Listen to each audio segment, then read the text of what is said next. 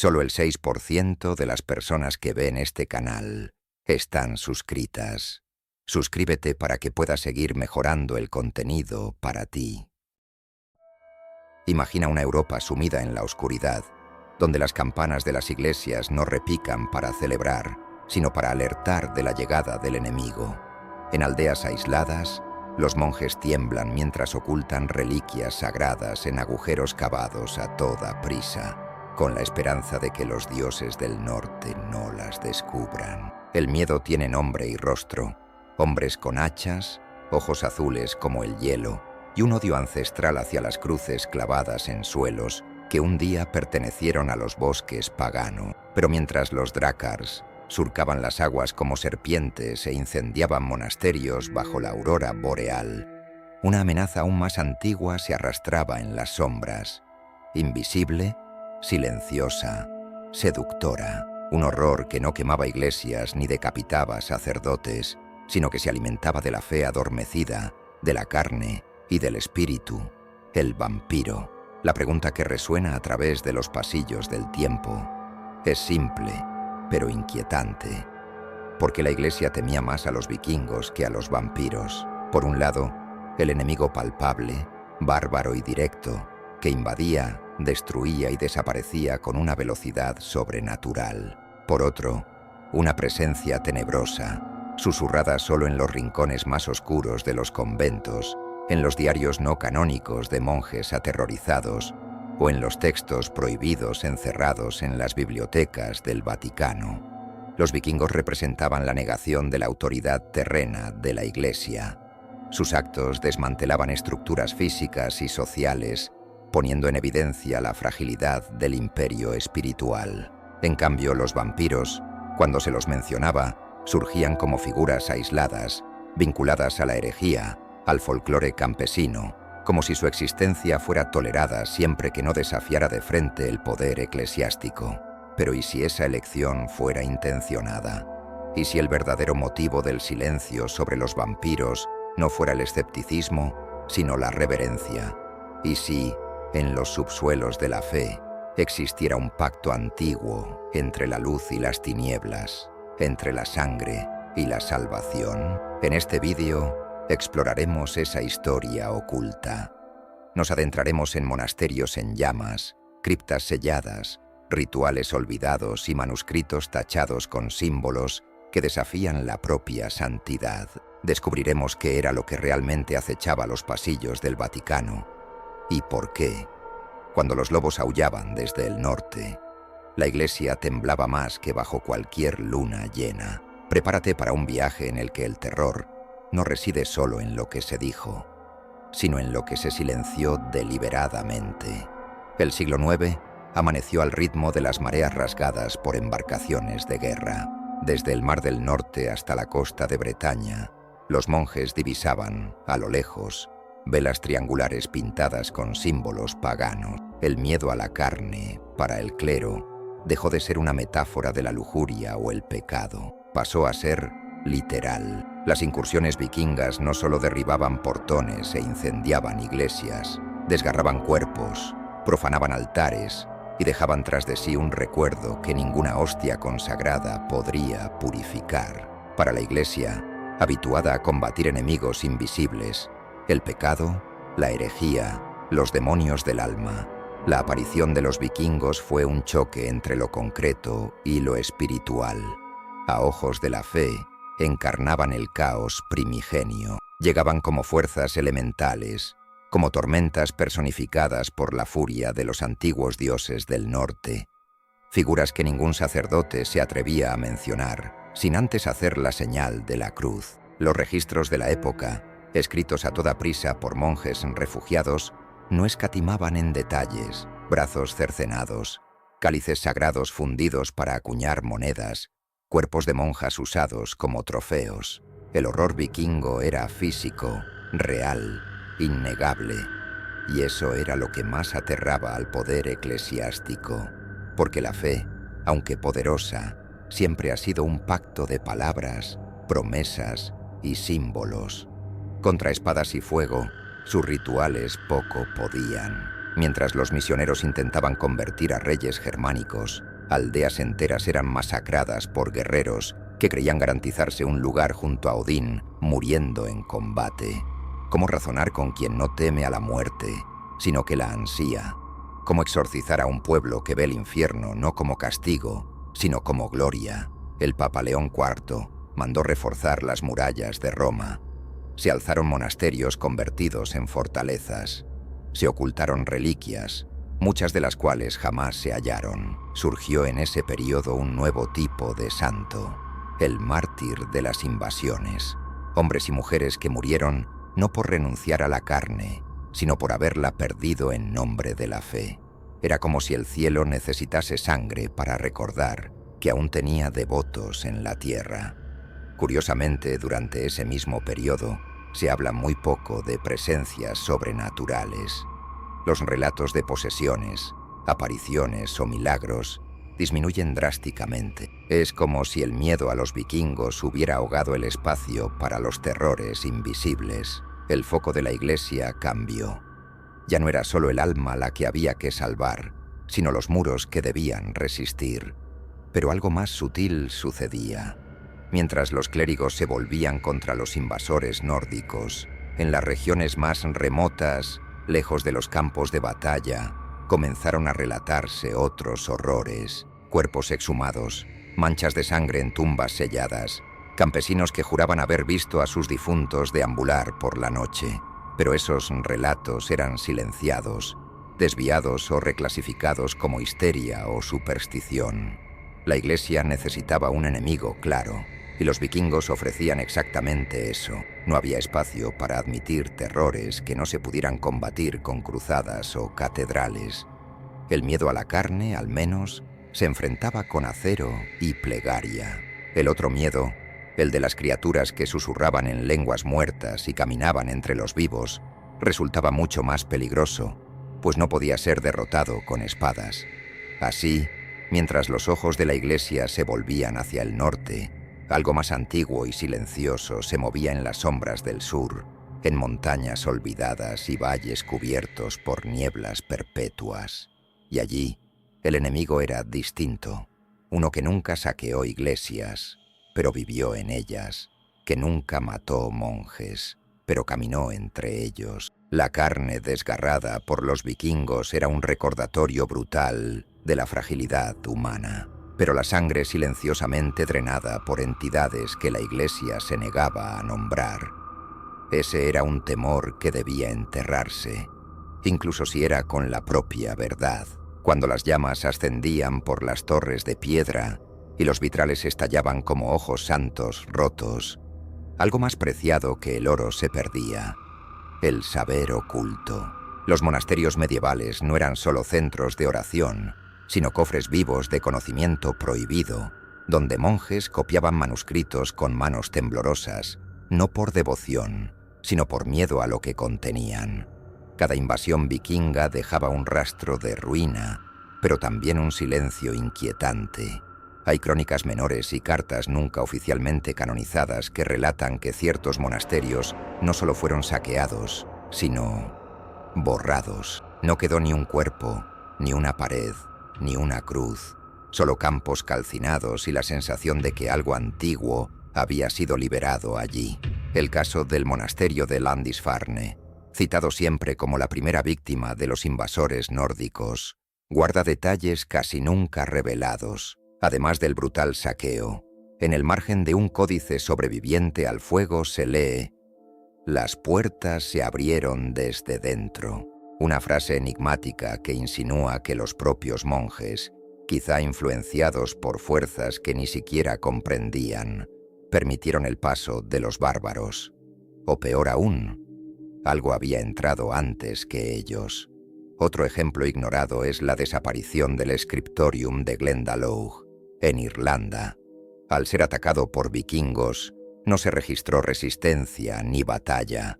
Sin embargo, los escribas se esfumaron. No se halló cuerpo alguno, ni utensilios, ni vestimentas, como si se hubieran evaporado. Los pergaminos dejados atrás hablaban de rituales de protección, sellos de sangre y seres entre la muerte y el juicio. Muchos de estos textos, paradójicamente, sobrevivieron no por la fe, sino por el terror. Fueron escondidos en cavernas, enterrados en cofres de plomo o camuflados entre las páginas de salmos, en tiempos en que los vikingos eran el terror visible. La verdadera urgencia de los monjes era proteger lo invisible. Al recuperar el control de las zonas devastadas, la Iglesia lanzó campañas de purificación. Ordenó reescribir códices, borrar nombres y sellar corredores subterráneos. Existen registros de sacerdotes enviados a quemar bibliotecas en nombre de la luz, temerosos de que lo allí consignado contagiara a las futuras generaciones. ¿Pero qué revelaban esos textos para ser tan peligrosos? Muchos historiadores modernos creen que esos manuscritos describían criaturas ancestrales que se alimentaban de sangre humana no por placer, sino por necesidad ritual. Entidades que solo podían ser contenidas con fórmulas específicas, sellos sagrados y silencio absoluto. El más mínimo error o la ruptura del pacto de silencio podía liberarlas, y los monjes lo sabían. Curiosamente, esos textos mencionan regiones del norte de Europa, las mismas de donde procedían los invasores vikingos. Hay evidencias de que los bárbaros fueron guiados no solo por la sed de oro, sino por un llamado más antiguo, como si supieran exactamente dónde atacar, qué puertas abrir y qué símbolos destruir. No solo saqueaban, liberaban. También existen testimonios cuidadosamente borrados de monjes que no desaparecieron, sino que cambiaron. Hombres que regresaron con la piel demasiado pálida, huidos de la luz y reacios a orar en voz alta. Algunos fueron recluidos en retiros perpetuos en montañas distantes. Otros dejaron de ser mencionados. Pero lo más perturbador es que muchos de esos episodios coinciden con la pérdida de reliquias específicas.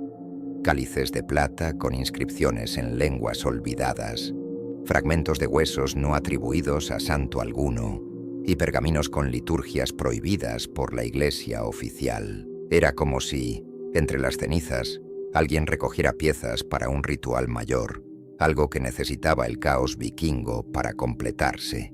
La relación entre invasiones y ocultismo siempre fue negada por los historiadores convencionales, pero la coincidencia es demasiado persistente para ignorarla.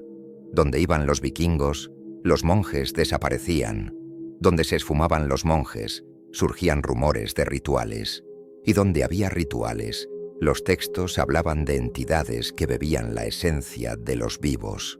Lo que se perdió en esos monasterios incendiados no fue solo la fe, sino la última línea de defensa contra un horror que la propia Iglesia decidió olvidar.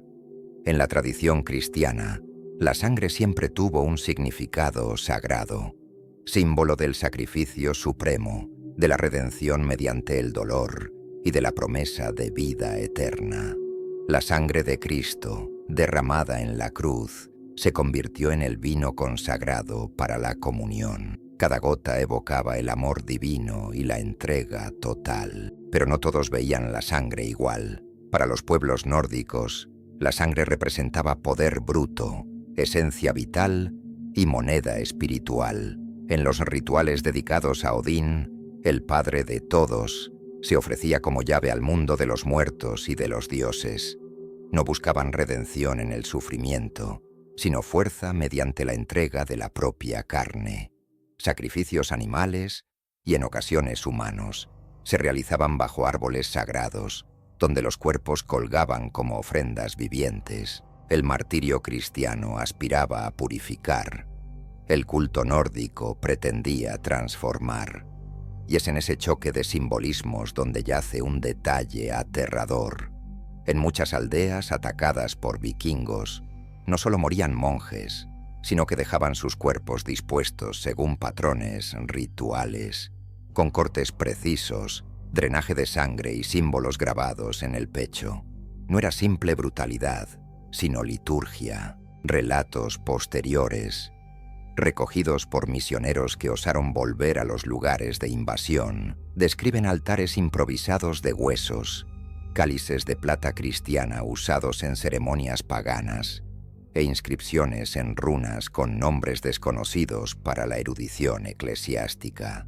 Al traducirlos, remitían a entidades ancestrales sedientas que exigían la sangre de los creyentes en venganza por pactos antiguos rotos. Algunos estudiosos señalan una posible fusión entre el culto a Odín y prácticas vampíricas, no como folclore, sino como doctrina esotérica.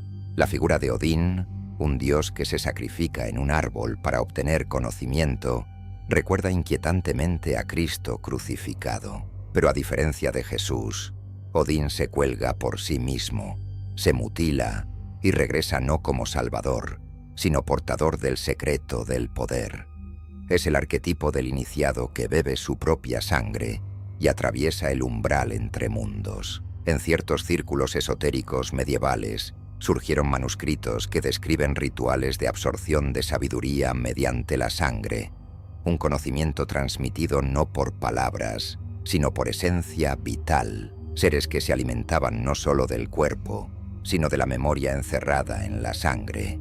Esto conecta la mitología vampírica con rituales paganos nórdicos, transformando al vampiro de mito rural en eco distorsionado de antiguas ceremonias paganas. La Iglesia, al percibir este peligroso solapamiento entre símbolos cristianos y cultos de sangre, emprendió un esfuerzo desesperado por resignificar el martirio. Los mártires pasaron a ser exaltados no solo por morir por la fe, sino por resistir la tentación pagana de la sangre. El sacrificio se convirtió en campo de batalla simbólico, donde se disputaba el significado entre la cruz y la lanza, entre el vino y la sangre real. Curiosamente, en ese periodo surgieron reliquias ensangrentadas veneradas, espadas con restos de sangre de santos, tejidos manchados con fluidos considerados sagrados y cálices que, según decían, nunca se vaciaban. Estos objetos se emplearon como armas espirituales en la lucha contra un enemigo que la Iglesia nunca se atrevió a nombrar. El miedo a la sangre cambió. De temor ante la violencia física pasó a pavor ante lo que ella podía contener. Información, contagio, pactos. La sangre se volvió sospechosa, impura, potencialmente herética. En ese contexto, los vampiros renacieron no como monstruos del folclore, sino como herederos ocultos de los cultos a Odín, no criaturas de la oscuridad, sino iniciados de una línea prohibida, expertos en extraer de la carne no solo placer o muerte, sino sabiduría eterna. La lucha, por tanto, no era solo entre cristianos y vikingos, sino entre dos interpretaciones de la sangre, una como salvación y la otra como poder. Al final, lo que más aterrorizaba a la Iglesia no era el acto bárbaro en sí, sino la idea de que tras cada ataque existiera una lógica, un culto, una memoria oculta que la sangre derramada deseaba alimentar. No era solo destrucción, era adoración. Mientras los relatos oficiales presentaban a los vikingos como meros bárbaros sin alma, lo que se susurraba en los confesionales y salones privados de los abades era muy distinto. Había algo en esos invasores del norte que trascendía el instinto de saqueo. Muchos sacerdotes contaban en cartas secretas enviadas a Roma que los ojos de ciertos guerreros nórdicos parecían vacíos, como si portaran algo ajeno a este mundo. En aldeas atacadas, los campesinos juraban que algunos vikingos se movían en silencio absoluto, incluso en medio de la masacre, que sus cuerpos no sangraban con heridas comunes, que, aún con flechas clavadas en el pecho, continuaban atacando con idéntica furia. Un obispo escocés narró haber visto a un invasor recibir 3 lanzas y aún así escalar un muro sin emitir sonido, como si ya estuviera muerto por dentro. Esos testimonios no encajaban en la narrativa oficial. La Iglesia necesitaba que los vikingos fueran solo hombres, bárbaros, sí, pero humanos. Reconocer algo más en ellos habría un precedente peligroso. Y así surgieron los rumores. de que ciertos guerreros nórdicos llevaban a cabo rituales de muerte antes de las batallas, entregando sus almas a fuerzas ancestrales y convirtiéndose en receptáculos vivos de poderes que los sacerdotes no podían nombrar. Se describen ceremonias en bosques helados, donde la sangre se vertía sobre piedras negras y se invocaban nombres olvidados en lenguas incomprensibles para los monjes más ancianos. Una de esas palabras aparece repetida en pergaminos prohibidos de la abadía de Fulda. Draug, término nórdico para los que regresan de la muerte, no como fantasmas, sino como cuerpos animados por el ansia de guerra y de sangre. Esos Draugar no eran los vampiros rumanos del folclore posterior, pero la distancia que los separaba era mínima. Tenían hambre, no se consumían fácilmente y su presencia venía acompañada de un frío paralizante, la muerte súbita de animales y la rotura inexplicable de espejos y objetos sagrados. En muchos ataques vikingos, el cielo se oscurecía antes del amanecer, como si una fuerza mayor que los propios guerreros avanzara con ellos. Los sacerdotes que presenciaron estos fenómenos, cuando no enloquecían, desaparecían. Otros eran promovidos y enviados a lugares remotos en un exilio solapado. Pero sus testimonios, conservados por hermanos curiosos o aterrados, persistieron. En ellos, los vikingos no eran solo enemigos de la fe, sino instrumentos de algo anterior a la fe. La idea de que los invasores del norte eran guiados o poseídos por fuerzas ocultas era intolerable para la teología oficial, pues implicaba que el cielo no poseía el monopolio de lo sagrado, que existían otros poderes, otros pactos y que, tal vez, algunos de ellos fueran más antiguos y eficaces que el cristianismo. La Iglesia reforzó entonces su censura. Creó nuevas órdenes monásticas dedicadas a investigar y suprimir fenómenos inexplicables. La más célebre, la Orden de la Lanza Negra, operaba en silencio absoluto, rastreando aldeas afectadas por estos ataques anómalos y sellando cualquier prueba que desafiara la versión oficial. Muchos de sus miembros jamás regresaban, otros volvían, transformados. Aún así, sacerdotes de regiones remotas empezaron a estudiar en secreto los antiguos textos nórdicos, no por herejía, sino por temor. Querían entender quiénes eran esas entidades que caminaban junto a los vikingos, que parecían guiar sus pasos y por qué, incluso después de muertos, sus cuerpos debían quemarse 2 veces para dejar de moverse. Las sombras del norte no se disipaban con agua bendita ni huían al amanecer. Al contrario, emergían de un lugar donde el sol nunca nacía, donde el tiempo se suspendía y el frío reinaba. Un territorio donde ni siquiera los ángeles se atrevían a internarse. Al final, lo que más aterrorizaba a la Iglesia no era el guerrero barbado con hacha, sino aquello que caminaba tras él, lo que los sacerdotes no podían explicar, lo que los símbolos cristianos no lograban contener. Y es por eso que tantos monasterios no solo fueron arrasados, sino silenciados. Mientras los relatos sobre las invasiones vikingas cruzaban mares y montañas, desatando pánico y reformando defensas por toda la cristiandad, el tema de los vampiros parecía enterrado bajo capas de silencio institucional. Pocos se atrevían a mencionarlos, y quienes lo hacían eran condenados al olvido, sus obras quemadas o selladas en bibliotecas prohibidas. Pero esa ausencia no era ignorancia, era elección, porque la Iglesia, tan diligente en combatir herejías y perseguir brujas, mostraba una contención extraña ante esas criaturas de la noche.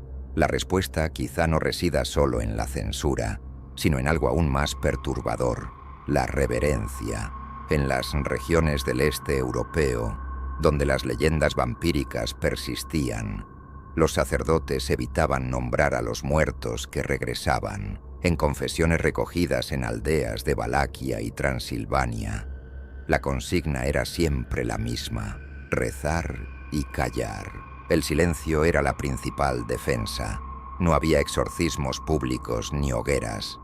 Era como si admitir la existencia de esos seres los fortaleciera. Algunos documentos, guardados en los archivos secretos del Vaticano, desvelan un detalle oscuro. Había obispos que creían que los vampiros no eran aberraciones, sino mensajeros de un orden olvidado, tal vez anterior a la caída de Lucifer, quizá ajeno a la dualidad cielo-infierno, seres que escapaban a la teología oficial y por ello eran temidos con mayor profundidad que cualquier hereje o demonio. Relatos de monjes viajeros del siglo XI describen aldeas donde se practicaban rituales no para destruir a los vampiros, sino para apaciguarlos. Ofrecían sangre animal, cantaban en lenguas antiguas y enterraban cuerpos múltiples en distintas direcciones para confundir al espíritu del muerto viviente. Y curiosamente, muchos de esos rituales incluían fragmentos de liturgias cristianas mezcladas con fórmulas claramente paganas. Era como si la fe hubiera sido adaptada y modelada para coexistir con lo que no podía ser vencido.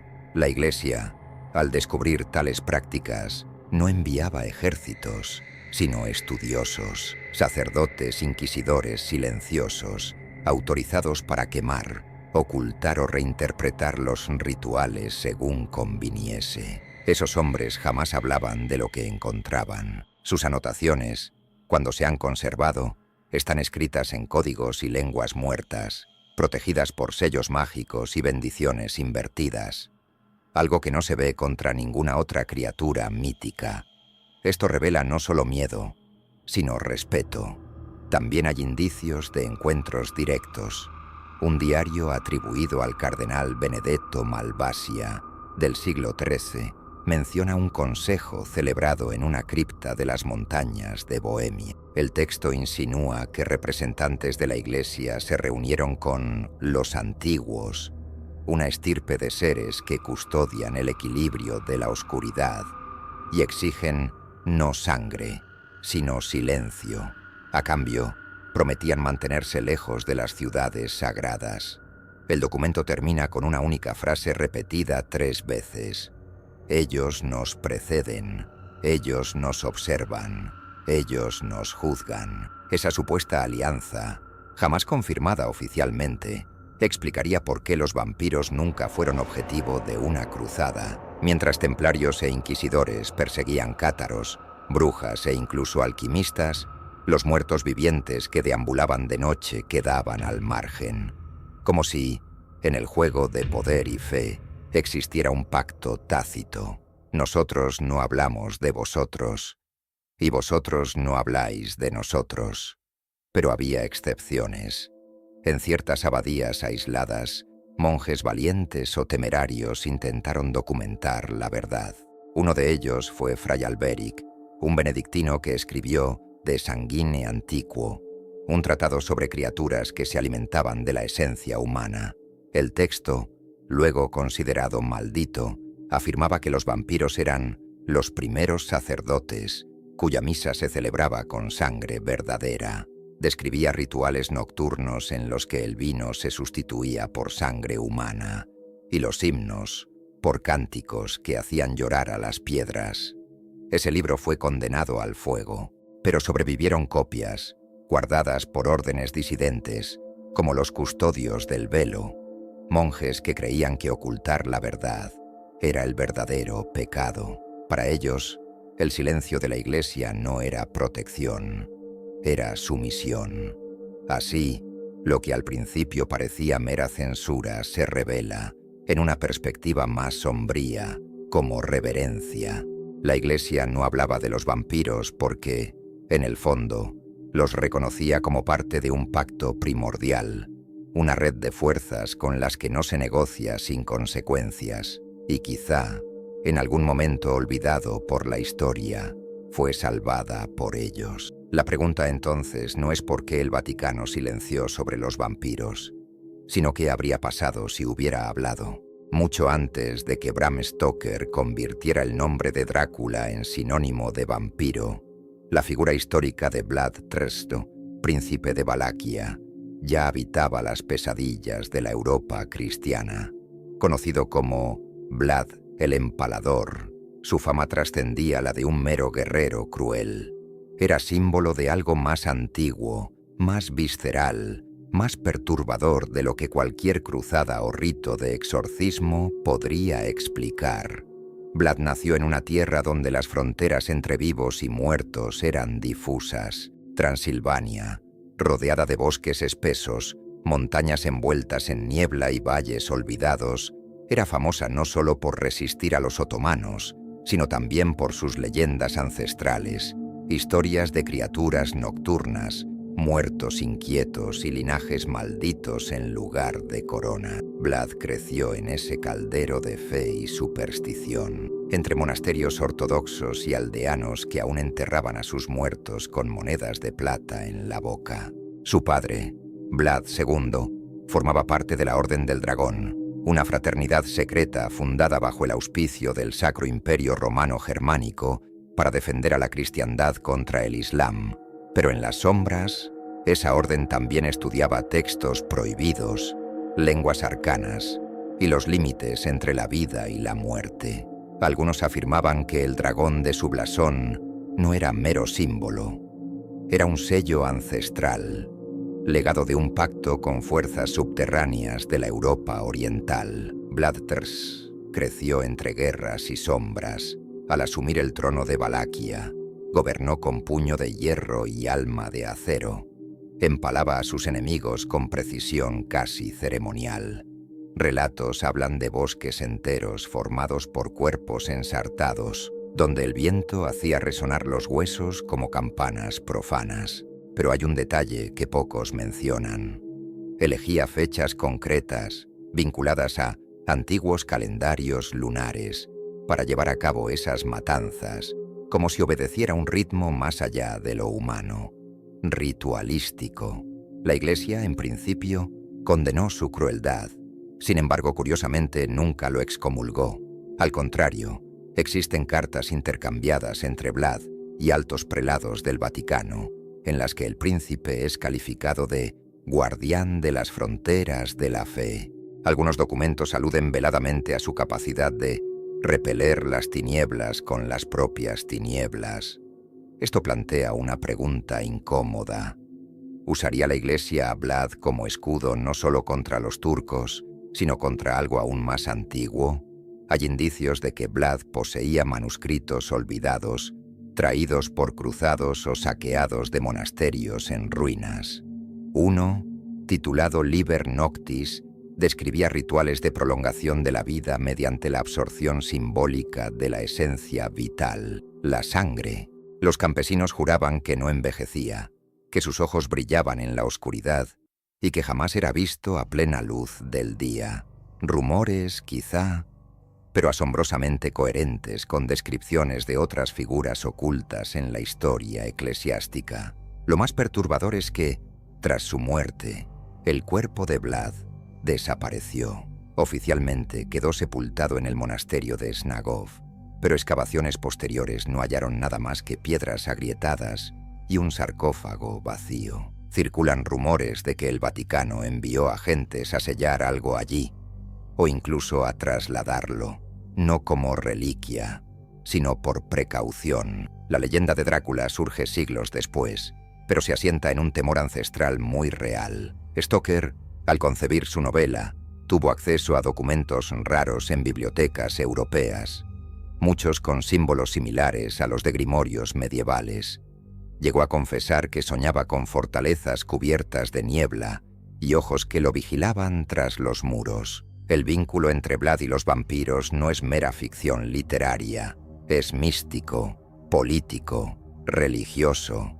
Fue a la vez enemigo de la humanidad y su protector, un umbral entre héroe y monstruo, y quizá por eso la Iglesia jamás lo destruyó ni borró su memoria, tan solo lo reinterpretó, lo convirtió en mito, en personaje, en símbolo, porque puede resultar más seguro creer que nunca existió que admitir que, en un momento crucial de la historia, el baluarte de la fe fue un hombre que bebía del terror para mantener alejada la oscuridad. Y sí, en las noches más silenciosas, el Vaticano aún vigila ciertos túmulos con cruces invertidas en su base. No es por superstición, es por respeto.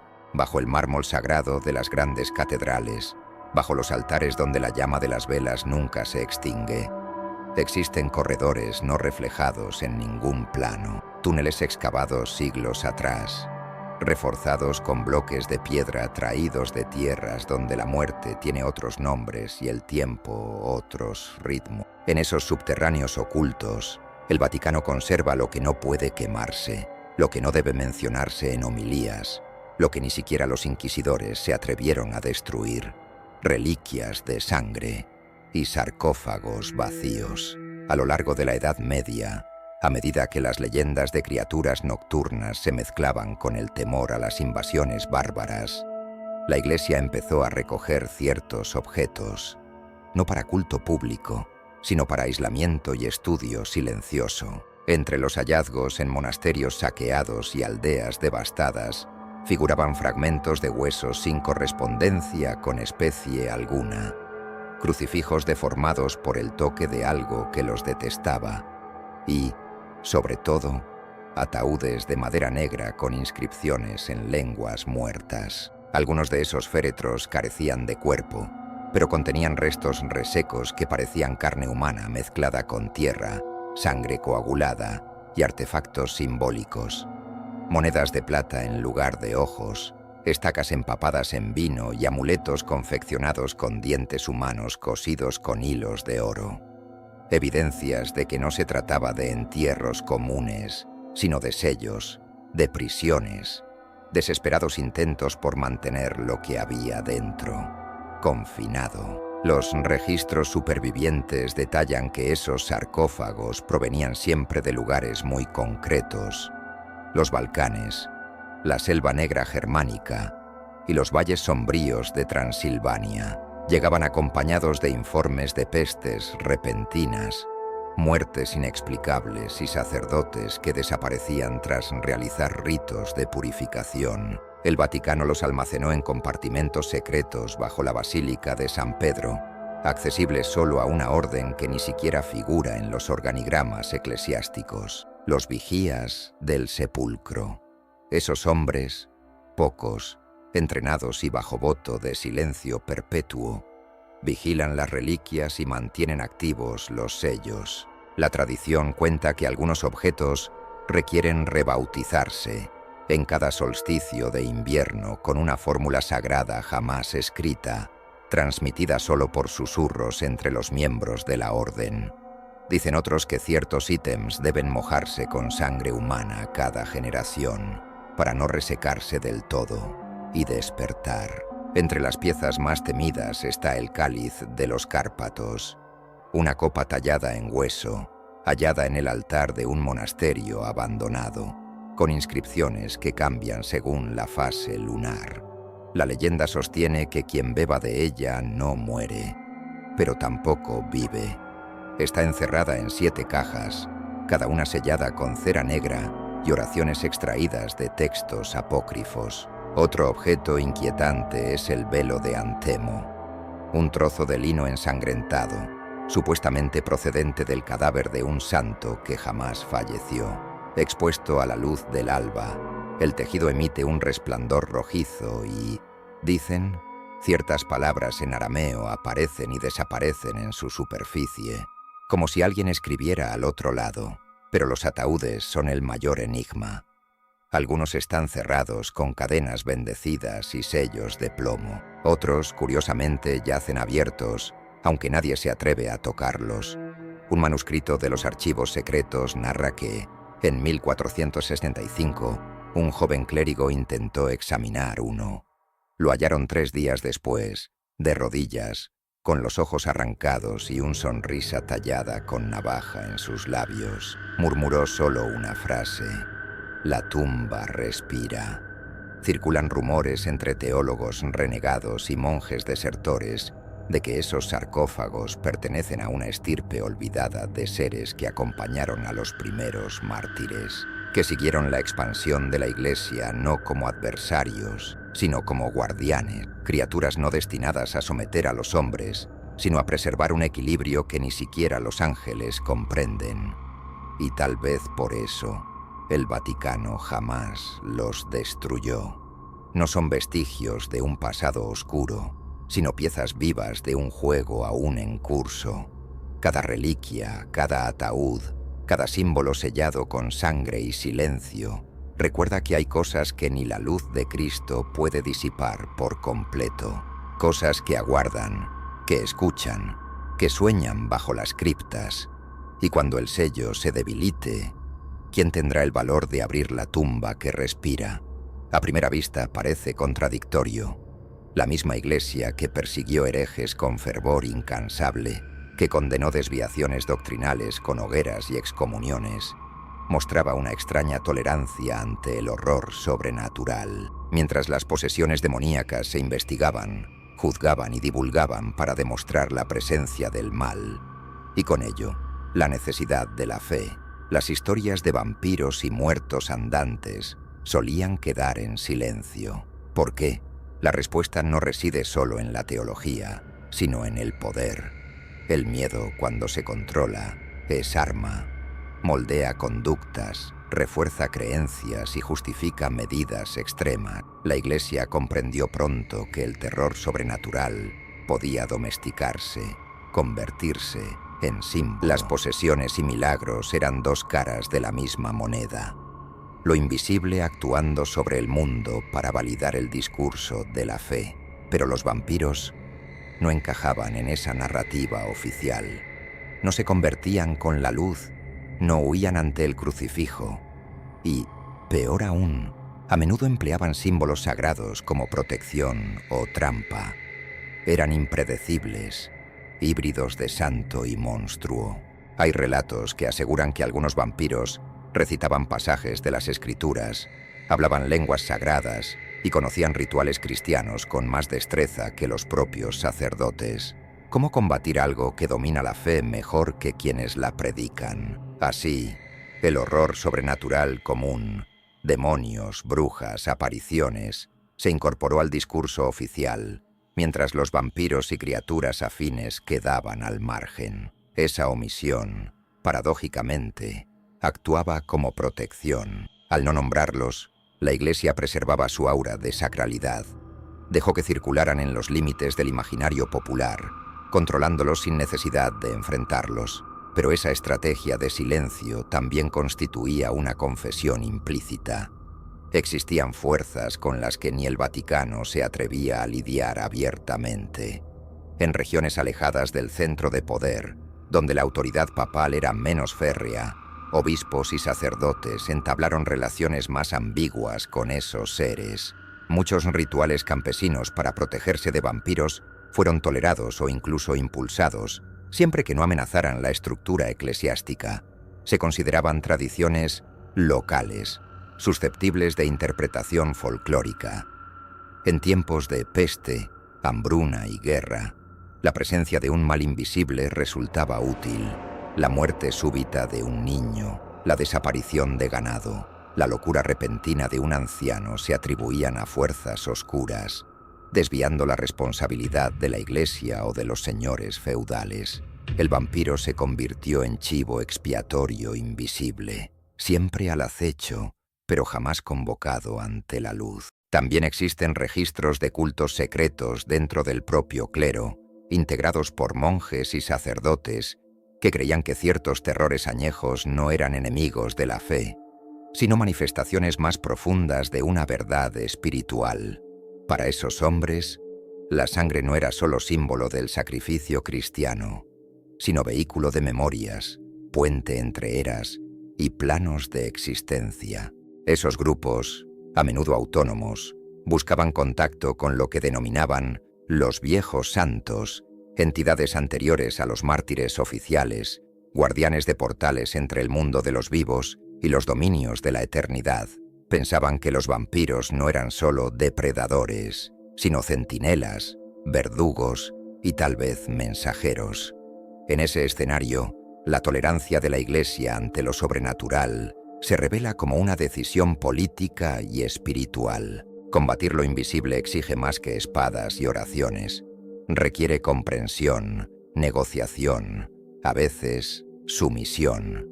Los horrores comunes se toleraban porque, en cierto modo, resultaban funcionales.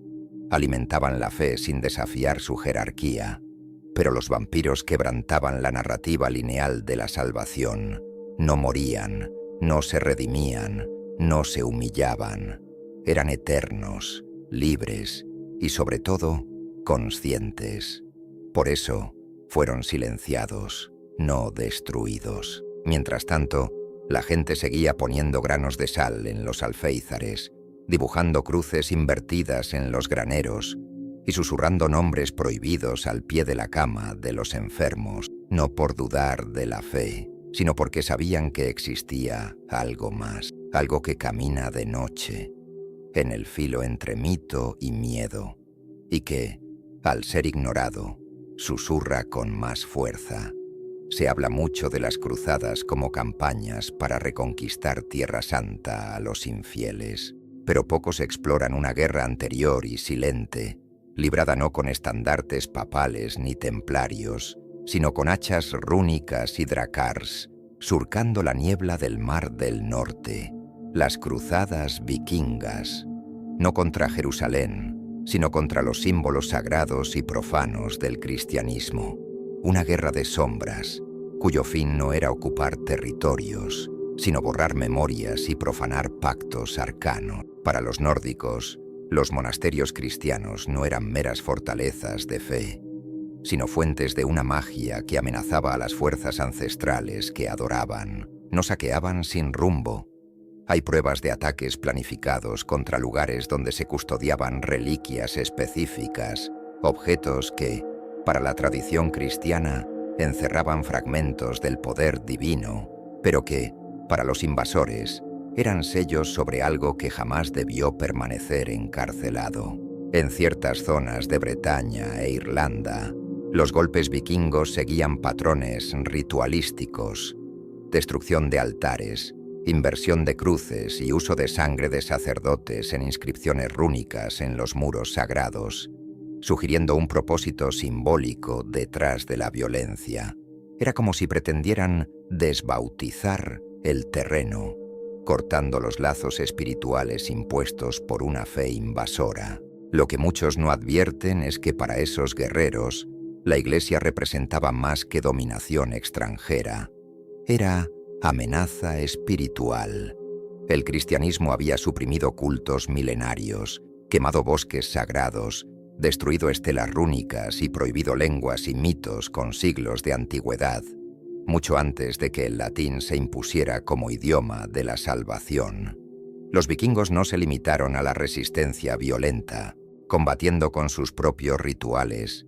En islas y fiordos posteriores a los ataques, se encontraron piedras grabadas con símbolos de entidades ajenas a la mitología oficial nórdica, seres mitad hombre, mitad bestia, con ojos huecos y bocas cosidas, siempre retratados bebiendo de cálices oscuros. Los monjes sospechaban que esas criaturas no eran adoradas por los vikingos, sino invocadas por ellos, no para luchar contra los cristianos, sino contra los propios santos. Esa guerra simbólica entre luz y sombra, entre mártires y monstruos, encontró eco en tierras cristianizadas a la fuerza. En algunos casos, comunidades enteras abandonaron la fe impuesta y retomaron prácticas antiguas tras los asaltos vikingos. Un recordatorio de que existían otros dioses, otras fuerzas, y que el mundo no era tan monoteísta como sostenía la Iglesia. No obstante, no todos los cristianos veían a los nórdicos como meros adversarios. Algunos monjes, sobre todo en los confines del mundo conocido, empezaron a documentar los cultos vikingos con más fascinación que rechazo. Cartas y crónicas relatan sacerdotes cristianos que asistieron a rituales paganos y regresaron transformados. Predicaban doctrinas híbridas, mezclando pasajes bíblicos con símbolos rúnicos, afirmando que el Cristo sangrante era solo un avatar más del sacrificio eterno. Esas ideas fueron combatidas con fiereza por la Iglesia. Esos monjes fueron ejecutados o recluidos en abadías remotas, donde sus voces nunca volvieron a oírse. Pero sus escritos sobrevivieron. En ellos, la contienda entre vikingos y cristianos se describe no como pugna territorial, sino como disputa por la lengua sagrada, por el derecho a nombrar el mundo. En ese choque, lo profano devino sagrado y lo sagrado sospechoso. Muchos de los ataques vikingos más brutales iban dirigidos a lugares que albergaban reliquias sangrientas, velos, cálices, fragmentos de huesos de mártires que habían entregado su sangre en nombre del Cordero. Era como si los nórdicos pretendieran borrar todo rastro de la idea de redención mediante el sufrimiento. Para ellos, la sangre no debía derramarse, sino emplearse. Esa raíz simbólica conecta de manera profunda a los vikingos con los vampiros. Ambos desafiaban la noción de la muerte como castigo. Ambos contemplaban la sangre como fuente de poder, y ambos, curiosamente, fueron tratados por la Iglesia con idéntica táctica: silencio, ocultamiento y reinterpretación. Así, las cruzadas vikingas trascendieron la barbarie para convertirse en intento de revertir un ciclo sagrado, de restaurar lo que se estaba borrando. Y, en ese proceso, liberaron terrores que la propia fe se esforzó por enterrar para siempre. La fe, como toda construcción humana, se sustenta no solo en milagros y mártires, sino también en el miedo, no solo al castigo divino, sino a las fuerzas que no logra dominar por completo. Vikingos y vampiros, cada uno a su manera, dejaron cicatrices en el cuerpo espiritual de la cristiandad, no solo por lo que destruyeron, sino por lo que obligaron a la Iglesia a ocultar, adaptar y silenciar. Los ataques vikingos revelaron la fragilidad física de la fe. Monasterios calcinados, reliquias desaparecidas, sacerdotes muertos con las manos temblorosas al alzar la cruz, frente a hombres que se burlaban de ella. Esos horrores impusieron a la Iglesia una militarización. Muros más altos, liturgias más rígidas, latín impuesto con severidad y santos presentados como guerreros espirituales, capaces de afrontar no solo el pecado, sino también las tinieblas tangibles del mundo. Pero los vampiros evidenciaron la fragilidad simbólica de la fe. Criaturas que vagaban entre los muertos sin someterse a la luz de la redención, que ignoraban el poder eclesiástico, y ese desprecio resultaba más terrorífico que cualquier blasfemia. Representaban una espiritualidad oculta, ancestral, una adoración a la eternidad sin perdón, al hambre sin salvación y tal vez al conocimiento sin sumisión. Frente a esos terrores, la Iglesia adoptó estrategias distintas: acción contra los vikingos, silencio ante los vampiros. Sin embargo, ambos modelaron el cristianismo moderno, la doctrina de la transubstanciación, la conversión del vino en sangre de Cristo, se reforzó en plena difusión de relatos sobre seres que bebían sangre. ¿Coincidencia? ¿O intento de sacralizar el acto antes de que otra fuerza lo reclamase? El simbolismo de la sangre, central en la fe, se blindó como nunca.